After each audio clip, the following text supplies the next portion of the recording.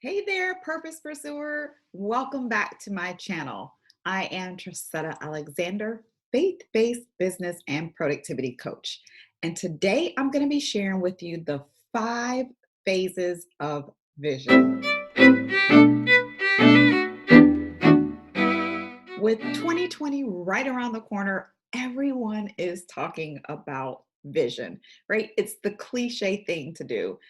But it's so true. Vision 2020. We have our sight, our natural sight in our eyes.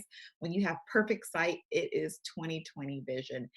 And since we're going into this new year, yes, you are going to be bombarded with people talking about vision, having a vision, writing the vision, creating vision boards, deciding where it is that you are wanting to go. What is the vision you have for your life? What is the vision you have for your business? What is the vision you have for your ministry, for your relationships? If whatever area of life it is, someone is going to be talking about vision. And yes, today I'm going to be talking about vision as well, but I'm going to be sharing the 5 different phases of vision. The very first one is conception. In order for a vision to be birthed, it must first be conceived. And so the first phase of vision is conception. This is when you are actually downloading the vision, when you're actually getting the first glimpses of where it is that you want to go, or where it is that God desires to take you, what it is that He has placed you here on this earth to do, and what the fulfillment of that might look like. So the first phase is conception. Then once you've actually conceived the vision, once you've actually gotten, that initial glimpse, that initial download of what the vision is, the next phase or phase 2 is clarification. One thing that I have learned about God in my walk with Him over these many years is that He rarely gives you everything all at one time. When He gives you some instruction, when He tells you that He wants you to do something, when He starts guiding you in a particular direction, He does not give you the whole picture. He doesn't tell you all that's going to be required in order for you to have what it is that He's showing you. I think that if He actually did, then a lot of us would never actually manifest what it is that He's asking us to do, because we don't necessarily want to pay the cost. We don't want to pay the price that goes along with manifesting the vision that He has given us, or the vision that He has for our lives. And so we go through this process of clarification. We go through this process of getting more details of how this is going to come about, what it really looks like. And I like to use this example of when you are really far off from a structure, let's say in house. If you're really far off from it, there's certain details that you can't see of the house, but the closer you get to it, the greater detail you can see. You can see maybe the trim is a little bit different color than the color of a house, or maybe you couldn't see how many windows it was, or that it was a 2-story house because there was trees blocking your vision, all kinds of different things. And so you go through this process of clarification. One thing about the clarification process is that you're going to continually go in and out of this process of clarification. You're not going to get it all at one time. So as you move closer, you'll get a little bit more details, and then there's going to be a time when you're going to have to kind of go back to the drawing board and see, oh, okay, that's not really the direction to go in. So this process, this phase of clarification, you'll go in and out of over the duration of the vision that God is giving you. Once you've actually gone through that initial phase of clarification, the next phase, phase 3, is organization. Now in this phase, this is when you start getting organized, when you start pulling everything together. It's like looking at, what are the things that I need to do in order to move forward in this vision that I see? What are the resources that I need? Who are the people that I need to connect with? Maybe there's some skills, some um, information that I need to learn. Maybe I need to go back to school. Maybe I need to just take a class.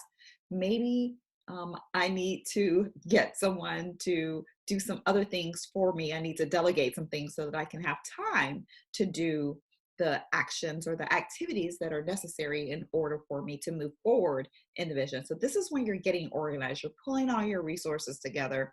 You're coming up with your plan. You're coming up with your strategy and how you're going to actually approach the vision or approach activating, moving out on the vision. And actually, that leads us into the fourth phase of vision, which is activation. This is when you actually start taking action and moving forward with the vision. Start doing the steps. If it's starting a business, that's when you get to the point where you're filing your appropriate paperwork with the entity in your state, your city, or your county, wherever it is that you live, to make sure that you're official to be able to hang your shingle out there as a business. You're opening business accounts, you're starting to create products or services. Maybe you're setting up your website and email address, social media accounts, all the things, right? These are all the different actions, the activities that you need to do in order to get from where you are to where you see yourself going. That is the activation phase. Then the last phase, or phase five, is manifestation. This is when you start to actually see the manifestation or the thing that was once in here that you only saw in your head. You start to see the tangible results. So maybe your vision was to be debt free, and you start to manifest bills being paid off, right? Or maybe your vision was to get your PhD. You've completed all your classwork and now you're at the final stages of writing your dissertation. Or maybe you have even done that and you're preparing to defend your dissertation before you actually get your degree. So you start seeing manifestation of your vision. Maybe not the entire vision, but components start to come to life. As things begin to manifest, you go right back to that beginning again, where you get that clarification, right? Remember, I said at the offset that the clarification process is something that you're going to go back to consistently, time after time again. So once you start to manifest some of the components of your vision, then things become a little bit more clear and you're able to get that clarification so that you can organize a little bit better, be a little bit more efficient, be a little bit more effective in the activation of your vision so that you can then manifest additional pieces. So it's a cycle. I know I call it phases, but it's just like a cycle, like our moon cycle. We continually go through in and out of the various phases. And the phases of vision are the same way. You cycle through each one of those. So you go from conception to clarification to organization, back into activation, and finally manifestation before starting the process all over again. Now that you are aware of each one of the phases of vision, I hope that you are ready to get pregnant with vision, get clarification, start the process of getting organized, activating the vision so that you can ultimately manifest the vision. I hope you found this information helpful. If you would, do me a favor, hit that subscribe button so that you don't miss any future videos that I create, because I'm going to be talking a lot about vision in the upcoming days, weeks, and months. And like I always say, you got this, and God has you. I love you. I appreciate you, and I'll see you next time.